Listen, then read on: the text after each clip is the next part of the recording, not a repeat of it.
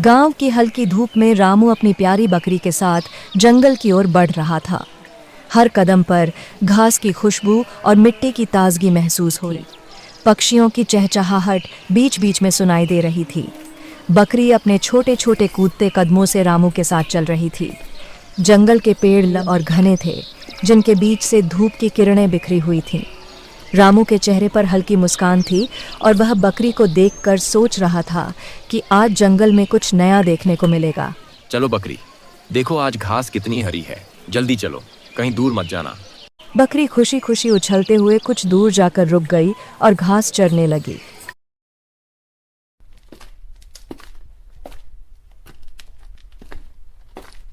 जैसे ही रामू बकरी के पास पहुंचा, जंगल में अचानक एक हल्की आवाज गूंजी। यह आवाज इतनी अलग थी कि रामू का दिल जोर जोर से धड़कने लगा। बकरी भी रुक गई और उसके कान खड़े हो गए। आसपास की हवा शांत हो गई और पत्तों की सरसराहट जैसे और तेज हो गई। रामू ने धीरे धीरे चारों ओर नजर दौड़ाई। कौन है वहां? दिखो बकरी, हमें सतर्क रहना होगा। रामू ने महसूस किया कि आवाज जंगल के अंदर से आ रही थी। जैसे जैसे वह आगे बढ़ा, पेड़ों की घनी छाया और रहस्यमय वातावरण और बढ़ गया। अचानक एक छोटी झाड़ियों के पीछे से चमकती हुई चीज दिखी। रामू ने अपनी आंखें फाड़कर देखा। रामू ने झाड़ियों के पास जाकर देखा कि वहां एक छोटी सी गुफा जैसी जगह थी, जो पेड़ों और बेलों से आधी छिपी हुई थी। अंदर से हल्की रोशनी बाहर आ रही थी। रामू ने बकरी की ओर देखा और बकरी उसकी ओर देखकर अपनी छोटी सी पूंछ हिला रही थी। रामू ने गहरी सांस ली और सोचा कि क्या वह अंदर जाएगा या नहीं। हम अंदर थोड़ी दूर तक देखेंगे, डर मत, मैं तुम्हारे साथ हूँ। बकरी रामू के सामने चलने लगी, जैसे उसे रास्ता दिखा रही हो। जैसे ही दोनों ने गुफा के मुंह तक कदम रखा, हवा का झोंका आया और एक अजीब सी खुशबू फैल गई। रामू ने महसूस किया कि यहाँ कुछ रहस्यमय और रोमांचक होने वाला है। उसकी आंखों में उत्सुकता और थोड़ी डर की चमक थी। जंगल की चुप्पी अब और गहरी हो गई थी और बकरी धीरे धीरे उसके पास खड़ी थी। हम अंदर देखेंगे, लेकिन धीरे धीरे। कुछ भी अजीब लगे तो तुरंत बाहर निकलेंगे। बकरी रामू के पास रहकर धीरे धीरे गुफा के अंदर की ओर बढ़ी। जैसे ही वे अंदर बढ़े, गुफा के भीतर की रोशनी बदल गई। चमक धीरे धीरे रंगीन हो रही थी और हल्की हल्की आवाजें जैसे पत्ती के बीच फुसफुसा रही हों।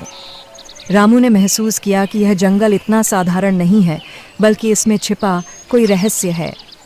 बकरी के कान हमेशा की तरह खड़े थे और उसकी आंखें चमक रही थीं। बकरी बोली, रामू, तुम अंदर ही रहो, मुझे डर लग रहा है। मैं बाहर जा रही हूँ। अगर तुम्हें कोई अनहोनी लगे तो मुझे आवाज देना।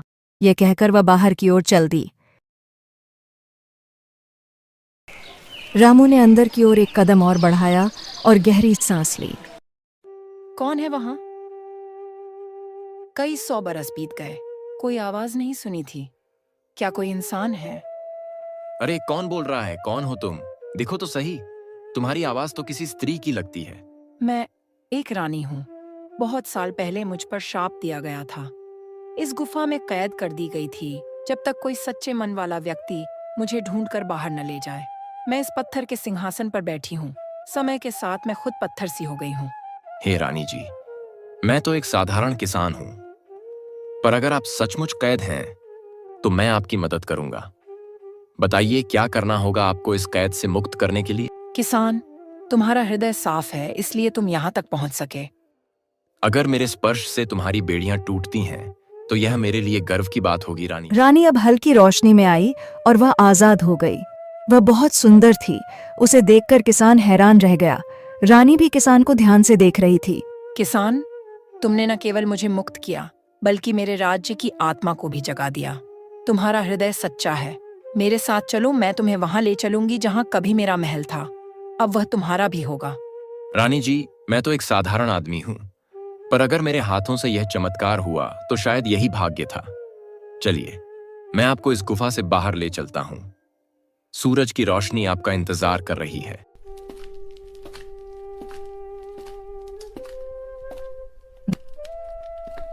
रानी ने पहली बार सदियों बाद धूप देखी। उसके चेहरे पर हल्की मुस्कान आई और उसकी आंखों से चमकती किरणें निकल पड़ीं। रामू ने उसकी ओर देखा।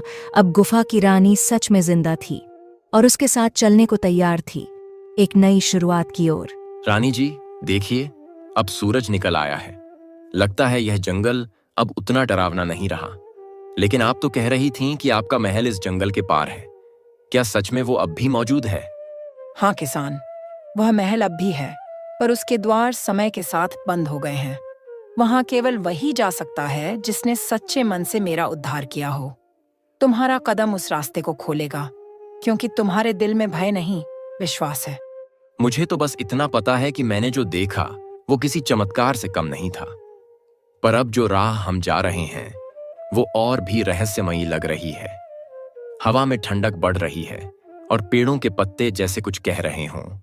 ये जंगल अब मेरी रियासत की सीमा है। जब मेरा राज्य जीवित था तो यहीं से रथ निकलते थे।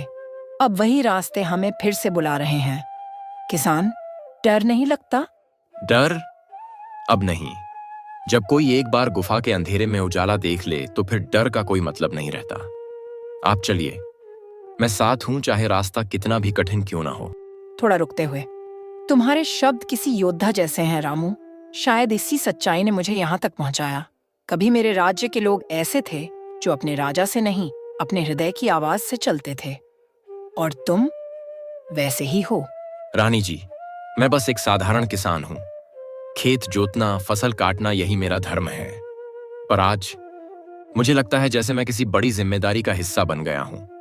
ये सब सपने जैसा लग रहा है। नहीं रामू, ये सपना नहीं, ये वही नियति है जो कई जन्मों से मुझे तुम्हारे इंतजार में रखे थी। तुम्हारा साहस मुझे मुक्ति तक लाया है, पर अब हमें जल्दी करनी होगी। सूर्यास्त से पहले हमें महल पहुंचना होगा, वरना द्वार फिर से बंद हो जाएंगे। ठीक है रानी जी, जल्दी चलिए। ये रास्ता अब खुला लग रहा है। दूर देखिए, वो पहाड़ी पर कुछ चमक रहा है। क्या वो आपका महल है? हाँ, वही है। देखो, वह मीनारें, वे नीले पत्थरों की दीवारें, ये वही स्थान है जहाँ कभी संगीत गूंजता था, जहाँ हंसी की आवाजें पूरे प्रांगण में फैलती थीं। पर अब वहाँ सिर्फ खामोशी होगी। तो चलिए, हम उस खामोशी को तोड़ेंगे। अगर आपकी आत्मा वापस आई है तो उस महल की धड़कनें भी लौट आएंगी। किसान, तुम्हारे शब्द जैसे जीवन का वरदान है। चलो, महल का द्वार सामने है, बस इस झील को पार करना होगा। इस झील में मेरे आंसू मिले हैं, इसलिए इसका पानी ठंडा नहीं, जीवंत है।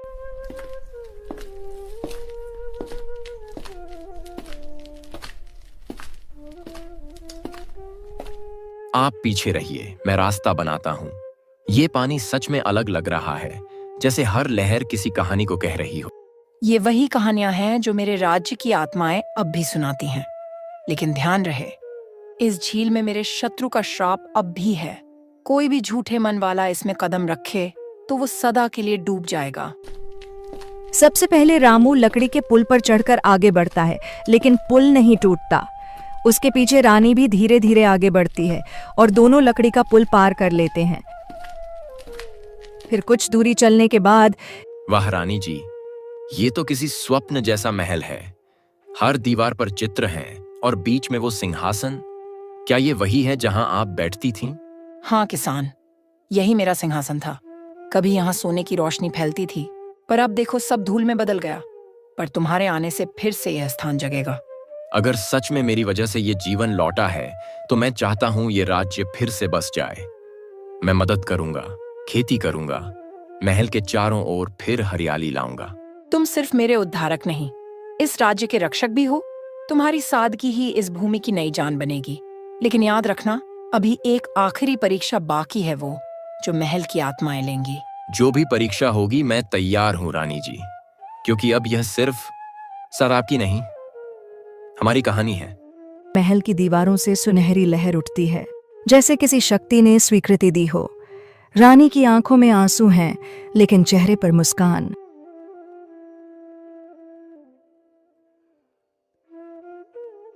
रानी जी देखिए, ये महल अब शांत लग रहा है, लेकिन मुझे लगता है जैसे कोई हमें देख रहा हो। हवा भारी है और जमीन में हल्की कंपन है। क्या यहाँ कोई और भी है? हाँ रामू, अब समय आ गया है तुम्हें सच्चाई बताने का। इस महल में एक प्राणी है, आधा इंसान आधा नाग। वही इस शाप का कारण था। वही मुझे गुफा में कैद कर गया था। नाग? आधा इंसान और आधा सांप? लेकिन आपने तो कहा था कि कोई शत्रु नहीं बचा। क्या वो अब भी जिंदा है? वो अमर है रामू। उसका नाम अहिरानाग है। कभी वह मेरा विश्वासी सेनापति था, लेकिन उसने मेरे राज्य पर अधिकार पाने के लिए अमरत्व का वरदान मांगा। जब मैंने उसे रोका, उसने मुझे श्राप देकर इस गुफा में कैद कर दिया। अगर वही कारण था तो अब मैं उसे ढूंढूंगा। वो चाहे कितना भी शक्तिशाली क्यों ना हो, मैं उसे रोकूंगा। आपने सदियों तक अंधकार झेला है, अब वो सजा उसे मिलेगी। सावधान रहना रामू। अहिरानाग मन पड़ सकता है। वह डर से नहीं बल्कि संकल्प से हराया जा सकता है। याद रखना, उसका विषैला शरीर नहीं, मन को लकवा मारता है। अचानक दीवार के पीछे से फुफकारने की आवाज सुनाई देती है। तो सदियों बाद मेरी कैद टूटी और रानी फिर लौट आई, लेकिन इस बार एक साधारण किसान के साथ। क्या यही तुम्हारा रक्षक है, रानी? मैं चाहे किसान हूं, लेकिन सच्चा हूं। तेरे जैसे छल करने वाला नहीं। तूने किसी रानी को नहीं, अपने ही राज्य की आत्मा को कैद किया था। आज मैं उस अन्याय का अंत करने आया हूं। हल्की सुबह की रोशनी, किसान, रामू और रानी धीरे धीरे महल की ओर बढ़ रहे हैं। रानी अभी भी कमजोर है और नाग उन्हें दूर से देख रहा है। रानी, अब डरने की जरूरत नहीं है। ये रास्ता सुरक्षित है। बस कुछ ही दूरी पर गांव है। रामू के शब्दों में भरोसा था, मगर उसके दिल में अभी भी एक बेचैनी थी। जंगल की हवा अब भी अजीब सी गंध लिए बह रही थी। रामू, क्या तुम्हें यकीन है कि नाग अब हमारा पीछा नहीं करेगा? मुझे नहीं पता रानी, पर अगर वो आया तो मैं उसका सामना करूंगा। तुम अब अकेली नहीं हो। रानी की आंखों में नमी थी। सैकड़ों साल की कैद के बाद कोई पहली बार उसके लिए खड़ा हुआ था। हमारे भीतर कोई साधारण किसान नहीं छिपा है रामू। शायद तुम्हें खुद नहीं पता कि तुम कौन हो। रामू चौंक गया। रानी के शब्दों में कोई छिपा अर्थ था। वह सोचने लगा, क्या रानी उसे कुछ बताना चाहती है जो अब तक उसने छिपा रखा था? आपका मतलब? मैं तो बस एक किसान हूं, मिट्टी और मेहनत में जीने वाला आदमी। सैकड़ों साल पहले जब मुझे श्राप मिला, एक भविष्यवाणी भी हुई थी। कहा गया था कि एक दिन कोई मनुष्य जो धरती से प्रेम करता है आएगा और मुझे मुक्त करेगा। वह वही होगा जो नाग के वंश को समाप्त करने की शक्ति रखेगा। मतलब वो मनुष्य मैं? रानी ने सिर झुका दिया, जैसे सच को स्वीकार कर लिया हो। दूर कहीं नाग का फुफकारता हुआ स्वर फिर से सुनाई दिया। नाग, गहरी आवाज में। रानी, मैंने कहा था, कोई भी तुम्हें मुझसे नहीं छीन सकता। एक किसान अब तुम्हारा उद्धारक नहीं, तुम्हारा विनाश बनेगा। नाग अब आधा इंसान और आधा सर्प रूप में उनके सामने था। उसकी आंखें लाल अंगारों की तरह चमक रही थीं। अगर रानी निर्दोष है तो तुम्हारा श्राप अब खत्म होगा। मैं किसी निर्दोष को और नहीं झेलने दूंगा। तू मेरी शक्ति का अंदाजा नहीं जानता मनुष्य। इस धरती की हर जड़ में मेरा विष है। मैं जहां चाहूं वहीं मौत बिखेर दूं। सुबह का समय, गांव के पास खुला मैदान, दूर पेड़, पास में छोटी सी पगडंडी। रानी और रामू धीरे धीरे चलते हुए गांव की ओर जा रहे हैं। रानी जी देखिए, ये खेत हैं जहां मैं काम करता हूं। यहीं मेरी पूरी दुनिया थी।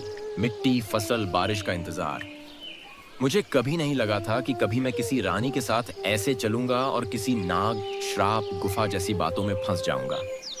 अब सब कुछ बदला बदला सा लग रहा है, पर ये खेत, ये अब भी वही हैं, सादे और सच्चे।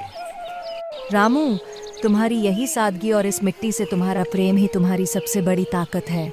मैं सदियों तक पत्थर बनी रही, लेकिन दूर किसी खेत से आती हल्की सी खुशबू मुझे याद दिलाती थी कि ज़मीन पर अभी भी ऐसे लोग हैं जो बिना जादू के भी चमत्कार कर देते हैं। तुम जैसे किसान ही धरती की असली शान हो, और अब तुम्हारे खेत मुझे भी अपना सा लगने लगे हैं।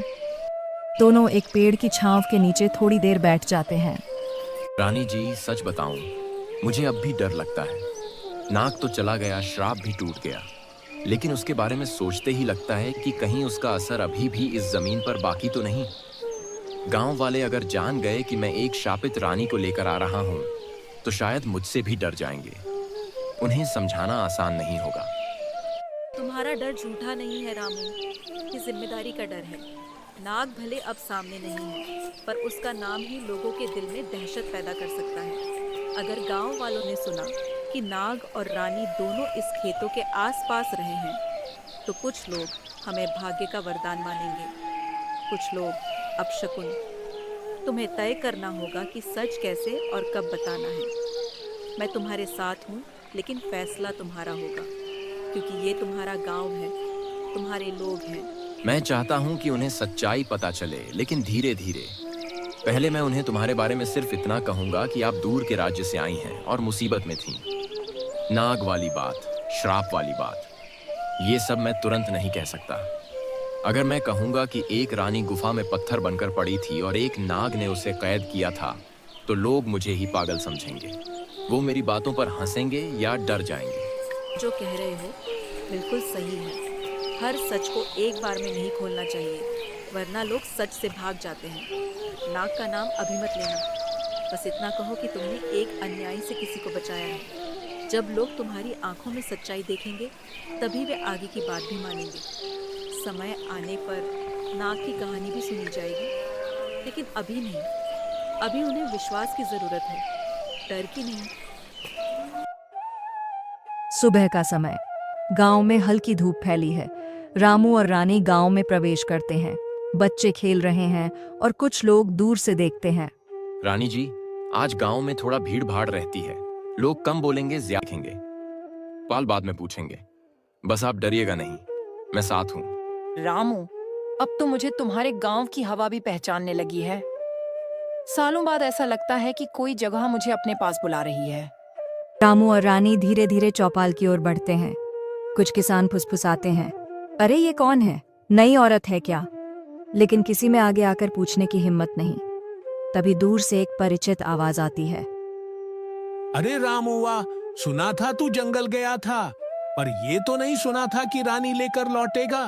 काका, ये रानी जी हैं, दूर के राज्य से आई हैं, मुसीबत में थीं। मैंने बस मदद कर दी। काका की आंखें तेज थीं। वे बूढ़े जरूर थे, पर दिल से किसान और दिमाग से एकदम साफ। उन्होंने रानी को गौर से देखा, जैसे किसी पुराने राज को पहचानने की कोशिश कर रहे हों। गांव की पगडंडी पर रामू धीरे धीरे चल रहा था। शाम उतर चुकी थी और चारों तरफ हल्की हवा बह रही थी। उसके मन में एक ही बात थी, बकरी को वापस कैसे लाना है। काफी दिन हो गए अपनी बकरी को देखे हुए। उम्मीद है काका ने अच्छे से रखा होगा। मैं जानता हूं कि वो किसी चीज की कमी नहीं होने देते, पर मन तो आखिर मन है। चलो आज जाकर पूछ ही लूं कि सब ठीक है या नहीं।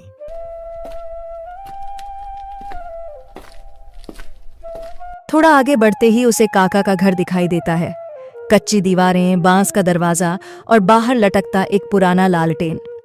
रामू थोड़ी देर रुककर सांस लेता है। अरे रामू बेटा, बड़ा दिनों बाद दिखाई दिया। सुना है तू रानी को महल तक छोड़ने गया था। अच्छा किया, नेकी का काम था। हाँ, एक बात बतानी थी, तेरी बकरी मेरे पास ही है। उस दिन तू जल्दी में था तो मैं ही ले आया। जब भी समय मिले ना, ले जाना। वह बिल्कुल ठीक है, रोज चरती भी है और खूब दूध भी दे रही है। तू घबराना मत। काका, आपने उसकी इतनी देखभाल की, इसके लिए आपका बहुत आभार। अभी मेरे पास थोड़ा काम है, इसलिए आज तो नहीं ले जा पाऊंगा। आप कुछ दिन और रख लीजिए। मैं जैसे ही फुर्सत मिल जाएगी खुद आकर ले जाऊंगा। आप तो जानते हैं, टेको की तारानाता है थे।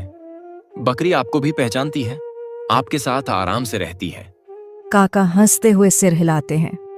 उनके चेहरों पर गांव की मिट्टी की वही सादगी चमक रही थी। अरे मेरी प्यारी, तू बिल्कुल ठीक लग रही है। काका ने सच में तेरी बहुत देखभाल की है। मैं जल्दी आकर तुझे ले जाऊंगा। अभी कुछ काम निपटाने बाकी हैं। तब तक तू यहीं बेफिक्र, समझी? यहीं ज्यादा सुरक्षित है।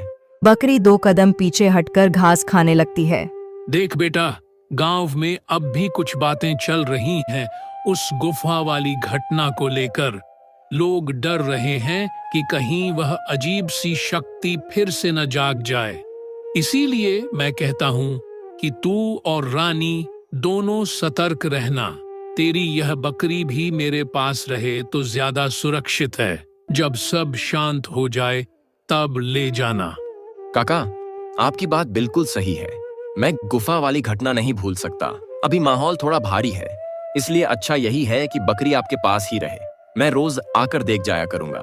और हाँ, आप चिंता मत कीजिए, मैं संभाल लूंगा सब। रामू बकरी को देखकर वापस लौट रहा था। शाम ढल चुकी थी और आसमान हल्का नीला पड़ने लगा था। पगडंडी के चारों ओर बस खामोशी थी, जैसे आज प्रकृति भी कुछ कहने के इंतजार में हो।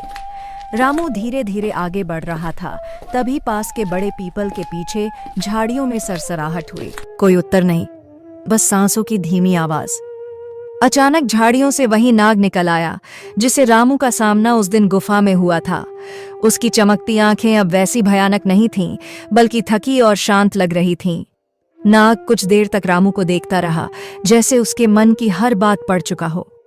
फिर धीरे धीरे उसका शरीर चमकने लगा और रामू की आंखों के सामने वह एक इंसान के रूप में बदल गया। राजसी कपड़ों वाला, गंभीर पर शांत चेहरा। हाँ रामू, मैं इस राज्य का पुराना मंत्री हूं। कई साल पहले एक श्राप के कारण मुझे नाग का रूप धारण करना पड़ा। मैं किसी से बात नहीं कर सकता था, बस दूर से सब देखता था। गुफा की शक्ति, रानी की कहानी और तुम्हारी सच्चाई सब जान चुका हूं। उस दिन जब तुम गुफा में आए थे, मैंने सोचा तुम भी दूसरों की तरह नुकसान पहुंचाने आए हो, इसीलिए तुम्हें डराया।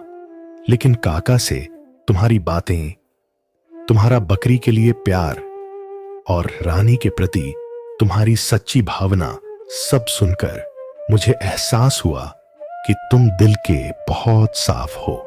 मैं तो तुम्हारे सामने क्षमा मांगने आया हूं। मैंने तुम्हें डराया, गलत समझा, इसके लिए मुझे दुख है। लेकिन आज तुम्हारी सच्चाई ने मुझे अपने श्राप से मुक्त कर दिया है। मैं अब अपने पुराने रूप में वापस जा सकता हूं। रामू, इस दुनिया में ताकत से ज्यादा कीमत नेक दिल होने की होती है। तुमने बिना किसी लालच के रानी की मदद की, बकरी को सुरक्षित रखा और गांव वालों की चिंता की। याद रखना, जिसका मन साफ होता है उसके रास्ते खुद ब खुद उजाले की ओर मुड़ जाते हैं। तुम्हारी यही भलाई इस राज्य को बहुत आगे ले जाएगी। फिर मंत्री धीरे धीरे पीछे हटे। उनका शरीर फिर से हल्का चमकने लगा और अगले ही पल वे हवा में विलीन हो गए, मानो कभी थे ही नहीं। रामू शांत खड़ा रहा। हवा उसके चेहरे को छूकर गुजर रही थी। उसे महसूस हुआ कि आज कोई बड़ा बोझ उतर गया हो। वह मुस्कुराया, पगडंडी पर मुड़ा और घर की ओर चल दिया। पीछे आसमान में एक छोटा सा तारा टूटकर चमका, जैसे कहानी खुद